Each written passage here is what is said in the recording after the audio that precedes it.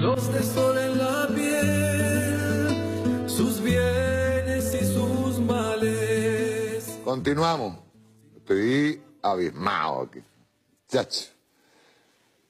Continúa, Vladimir. Nos queda poco tiempo, pero pues yo quiero después al final hacerte una pregunta. Si ponemos la 14 de la 19, la siguiente lámina. Ajá. Para La ver siguiente, aquí, reservas mundiales. Fíjate cómo son las cosas. Venezuela tiene certificado 302.000 millones de barriles de petróleo en Venezuela, que es mucho más. Yo ahorita no me voy a meter con eso, pero vamos a partir que son 302.000 millones de barriles, porque según el Geological Survey de los Estados Unidos, bajo la faja del Orinoco pueden haber cerca, según los escenarios, pueden haber hasta 900.000 millones de barriles recuperables. Vamos a utilizar el rango que ellos utilizan, desde 380.000 millones de barriles, que supera las certificadas en Venezuela, a 658.000 millones de barriles que ellos establecen en el USGS. Yo tengo todos esos datos. Venezuela es el cuadro naranja que aparece allí. Quiere decir que Venezuela tiene más o menos la cuarta parte de las reservas de OPEP del mundo, que a su vez significan el 81,89% de las reservas mundiales de petróleo. El resto es lo que tienen los países no OPEP, incluyendo a Rusia. ¿Ok? Sigamos adelante. Sigamos adelante. OPEP Reservas Norte y Latinoamérica. Exactamente. Ahora, yo tomé esta fuente de las reservas de OPEP 2018, Mario. 2018. Estados Unidos... se fueron. Estados Unidos tiene 32.000 millones de barriles. ¿Ok? Venezuela tiene 302.000 millones de barriles. Quiere decir que Estados Unidos tiene el 10,9% de las reservas de petróleo de Venezuela. ¿Cuántas tiene Colombia? 1.665 millones de barriles. 0,6%. Es el 0,6%. De las reservas certificadas de Venezuela. De las reservas certificadas. Cuando lo sumamos con las reservas reales, es algo así como el 0,2%. Ok. Siguiente lámina. Siguiente lámina. La capacidad, por favor, la siguiente lámina. La otra. Refinación de crudo. Venezuela, Estados Unidos tiene una capacidad de 16.000, casi 17.000 millones de barriles, 16 millones de barriles diarios, perdón, de refinación, capacidad de refinación. 17 millones más o menos. Están miles de barriles acá, o sea, 16 millones de barriles. ¿Cuántos tiene Colombia? Ellos dicen que tienen 346.000 barriles diarios. Sí, pero declaran lo que se llevan de nosotros para allá. Ya, exactamente. Ya, eso es una parte. Venezuela, con todos los problemas que tiene una capacidad de más de un millón de barriles diarios de refinación, que se ha disminuido por todo el ataque que hemos tenido, la corrupción y lo demás, pero sigue estando muy por encima de cualquier otra cifra. Sigamos adelante. Sigamos adelante.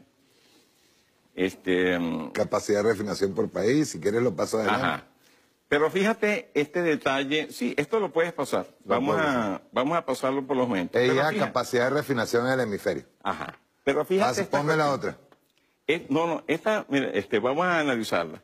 Esto es 2014, Agencia Internacional de Energía.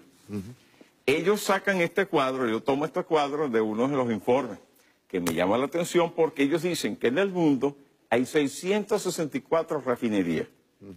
Entre Norte, Centro y Sudamérica hay 230 refinerías. En Estados Unidos hay 142 refinerías. En Canadá hay 17 refinerías. Por supuesto, 242 tienen las que son propiedad venezolana. De la CITCO. Canadá tiene 17, Brasil tiene 13 refinerías. México 6. México tiene 6 refinerías. Venezuela tiene 5 refinerías y me preguntan, ¿dónde están las de Colombia? No hay ni una. Ni una.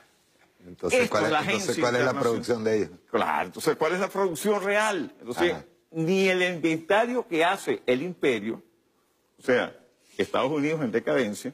Porque no se puede mentir a sí mismo. No se puede mentir a sí mismo. Esa Claro. es la historia. Entonces quiere decir que ¿de dónde sale la gasolina allá? Sale de aquí de Venezuela. Exacto. ¿Y por qué han devaluado nuestra moneda? Simple, ¿por qué te pagan? ¿Por qué por cada bolívar venezolano te pagan hasta 5 veces más? Un billete 100 te lo compraban en 500, un billete 1000 te lo compraban en 5000. Y eso depende del área, porque hacia Guayana lo compran hasta 700 y 1000%. Ah, pero es que, por supuesto, los mercados tienen sus localizaciones, Mario. Ajá. Entonces, todo esto nos lleva a pensar que, número uno, que si la gasolina de Venezuela no se sustenta el negocio de la coca colombiana. Es más, si el 1% de las tierras cultivables de Colombia, perdón, el 81% de las tierras cultivables de Colombia lo tiene el 1% de la población de Colombia, o sea, la oligarquía, ¿de quién es el negocio de la coca? Y tercero, está pasando un detalle muy particular. A Venezuela siempre le ha sido criticado el hecho de que nosotros somos víctimas de lo que se llama la enfermedad holandesa. Es decir, un sector de la economía sumamente importante arropa el resto de los sectores y hace que los demás decrezcan y absorbe este sector que crece todo el poder, por eso se concentra el poder económico de ese país, esa región, lo que fuera. A Venezuela se lo han hecho con el petróleo.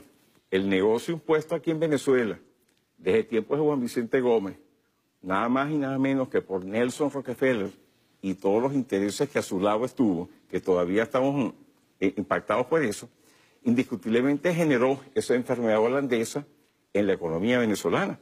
Eso es un modelo que se ha discutido mucho en el mundo. La pregunta es, ¿cuál es la enfermedad holandesa de Colombia? La enfermedad holandesa de Colombia en un tiempo fue el café, otro tiempo fueron las esmeraldas, si mal no me acuerdo. ¿Y ahora cuál es? La enfermedad holandesa, de lo cual habla Piedra Córdoba, que la gente prefiere cultivar coca a cultivar maíz. Prefiere cultivar coca a los cultivos tradicionales que cultivaba Colombia. ¿Por qué? Uno es los tratados de libre comercio y el impacto en lo que se llama la geopolítica del hambre, que hay que tomarla en cuenta allí.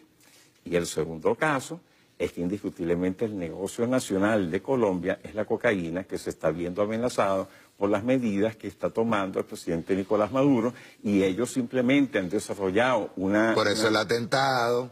Por eso el atentado, Claro. por eso el ataque al Zulia, por eso toda la confabulación con los Estados Unidos para amedrentar a Venezuela en todos los aspectos, por eso la confabulación ante la OEA, que inclusive en la OEA, donde de los 14, 11 se replegaron con eso de buscar medidas armadas en contra de Venezuela, pero Colombia no. Colombia no.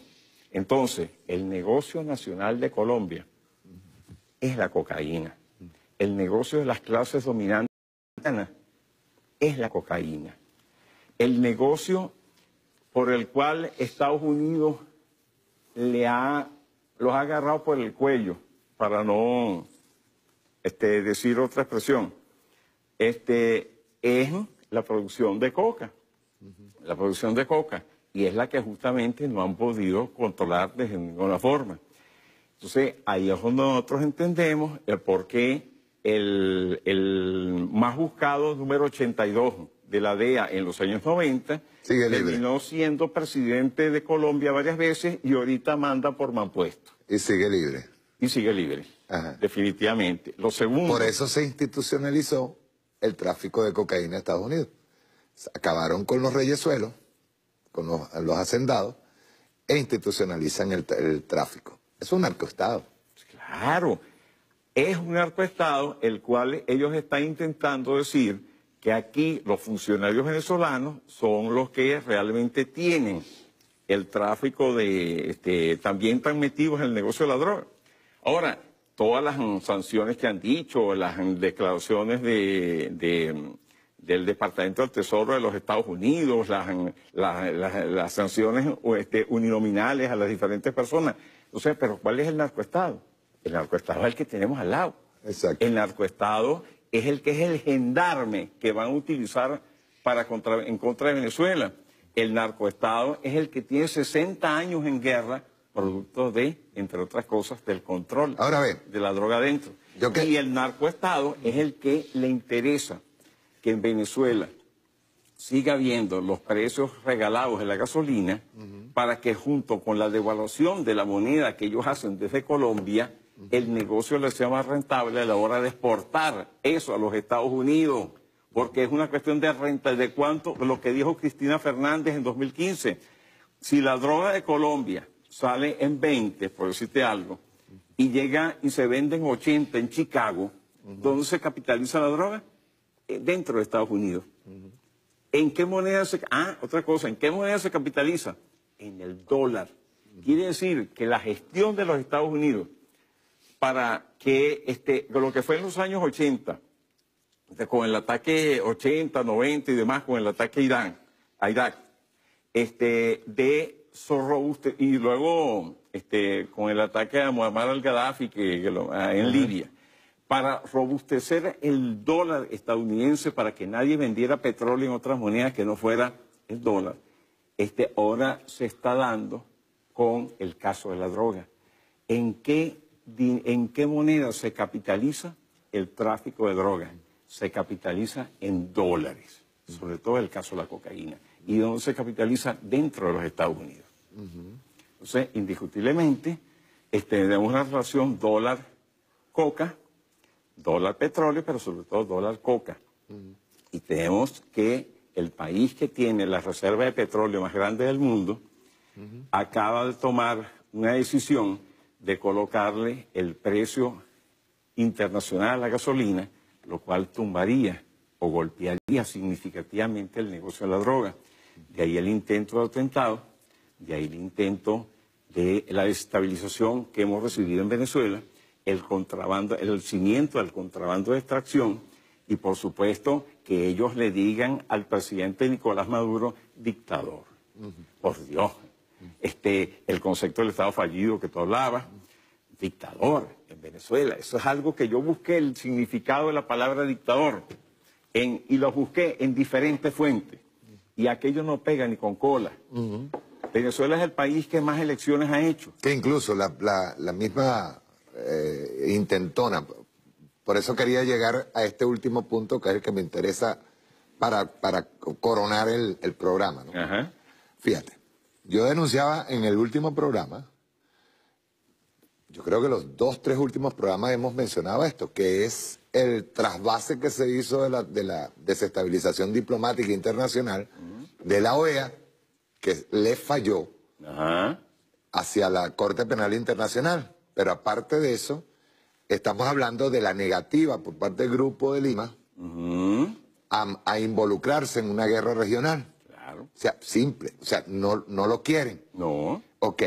Pero ahora viene algo que nosotros llamábamos, decía Monedero, que ahora no se trata de la formación de militares, se trata de la formación de jueces. Eso es el lawfare, o que sería la formación o la captación, yo no le llamo formación, estamos hablando de captación de todos los aparatos judiciales en toda América Latina para judicializar los golpes de Estado.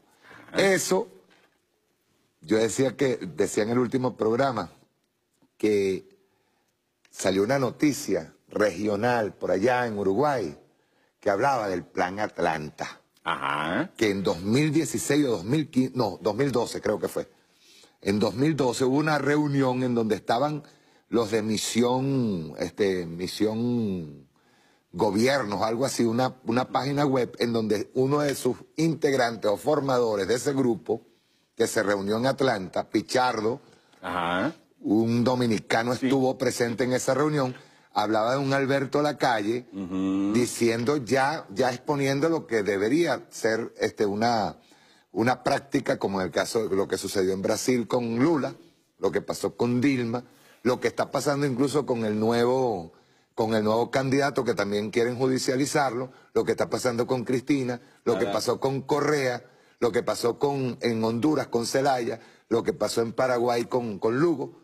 Es decir, otro mecanismo mucho más sutil, por eso que decíamos al principio, nosotros tenemos la memoria frágil y eso es malo, pero es un mecanismo más sutil y le ha venido dando resultados. Mario, el punto es el siguiente.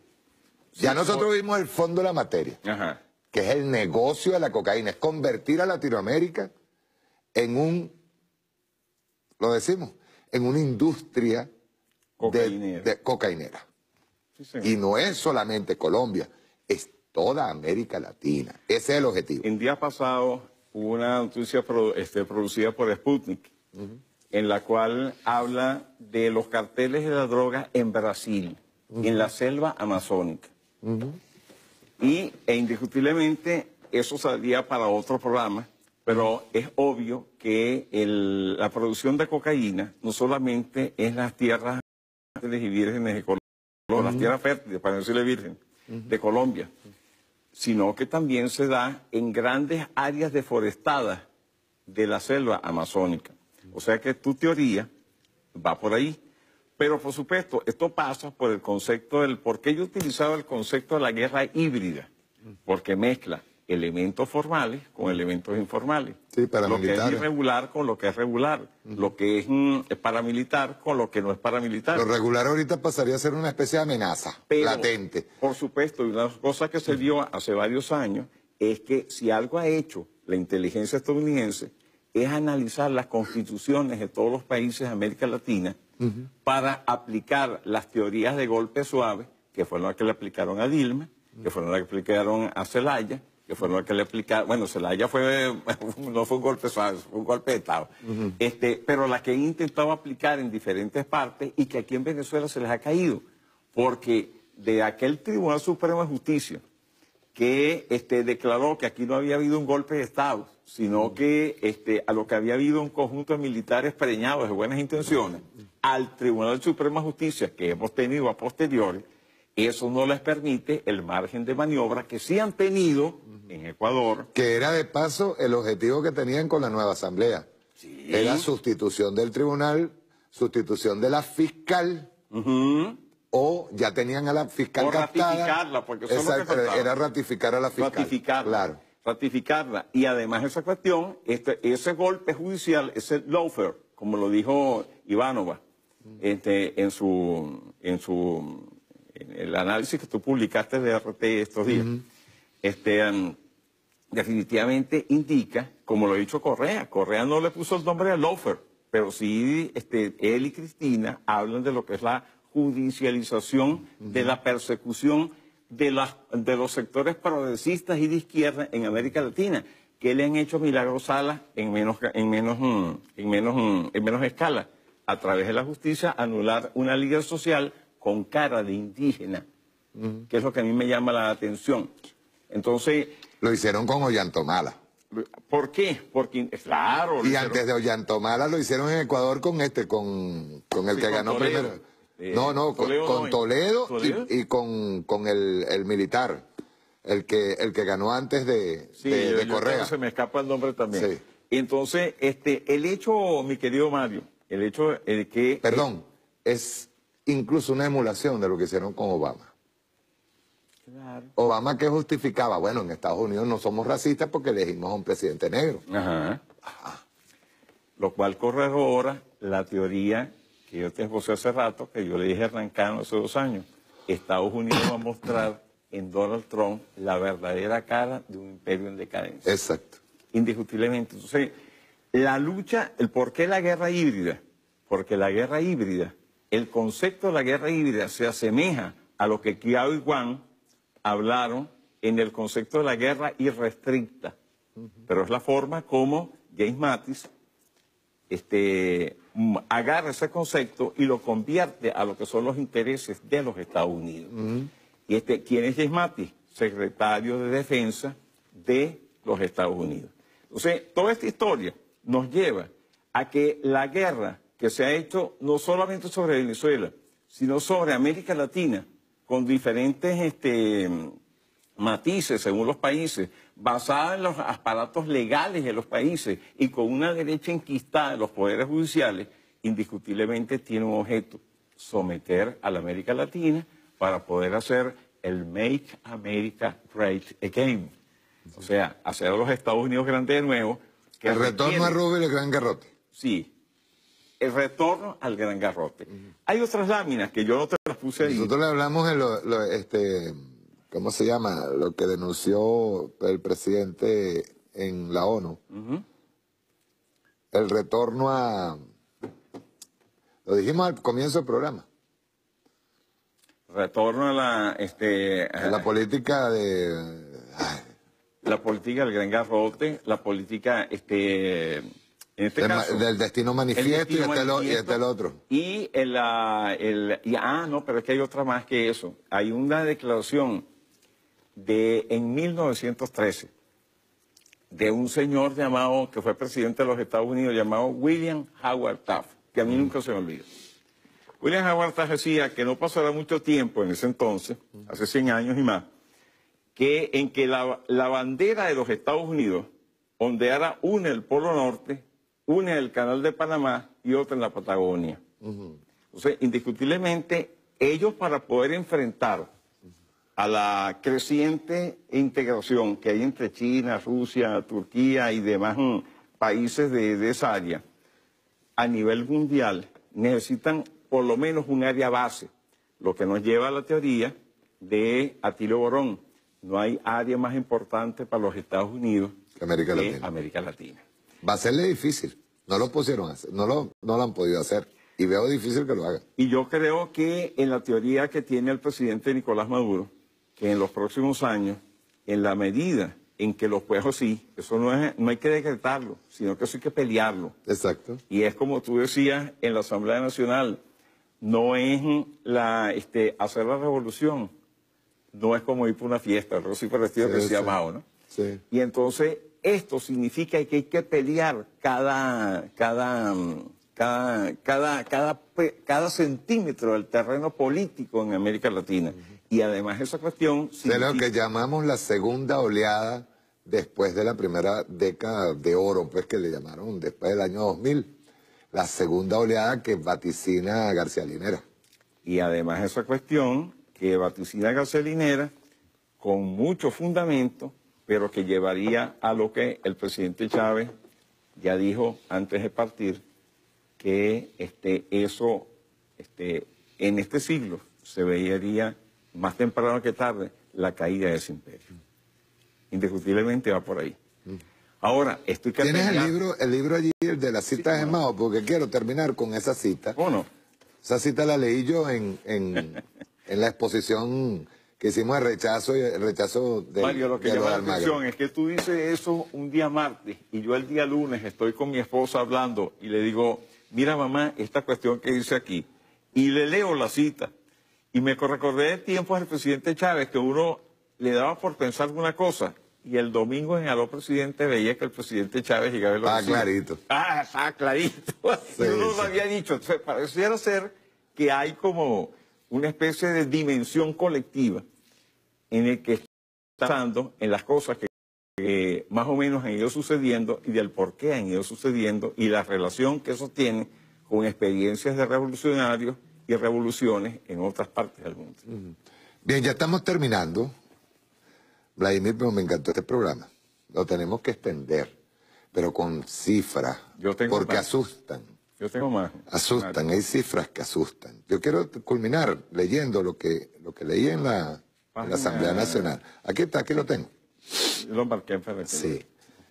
Decía Mao que hacer la revolución no es ofrecer un banquete, ni escribir una obra, ni pintar un cuadro o hacer un bordado.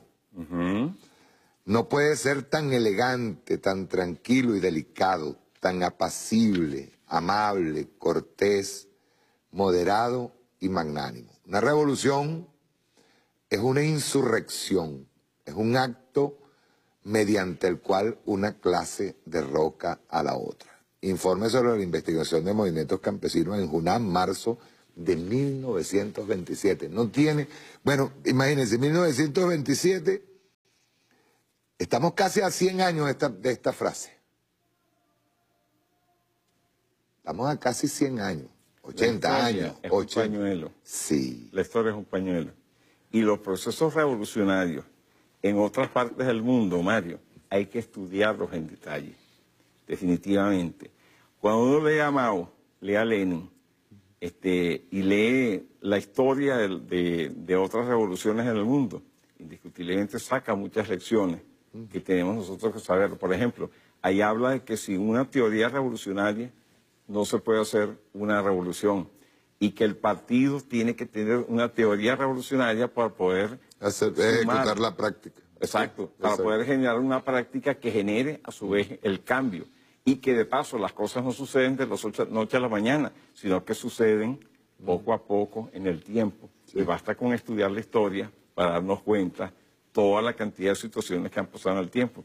Yo insisto, yo tengo esta frase, Mario, y con esto tal vez culmino aquí para... Ya estamos terminando ya. Que yo siempre digo, uno tiene una esencia cristiana, y bueno, yo uso a Cristo para yo uso a Marx para entender al hombre. Y me baso en Cristo para llegar a Dios. Para llegar a ese ser supremo que en teoría, de una manera metafísica, por decirlo así, gobierna todo el universo. Pero en el caso de Marx es irrefutable que nosotros no revisemos ni el materialismo histórico ni el materialismo dialéctico para entender realmente cómo es la suma de las contradicciones que se cierran hoy en día sobre la América Latina y sobre los peligros especiales que tiene la República Bolivariana de Venezuela en estos momentos. Muchas gracias, Vladimir. Gracias a ti, Mario. Me encantó este programa, está bueno, hay que extenderlo. Bueno, y hay algo que es irrefutable en Marx. Estamos en una revolución, la revolución es lucha de clase. La historia de la humanidad es la historia de la lucha de clase. Sí, primera frase del manifiesto comunista. Sí, señor. Muchas gracias, Vladimir. Chao, nos vemos el próximo sábado.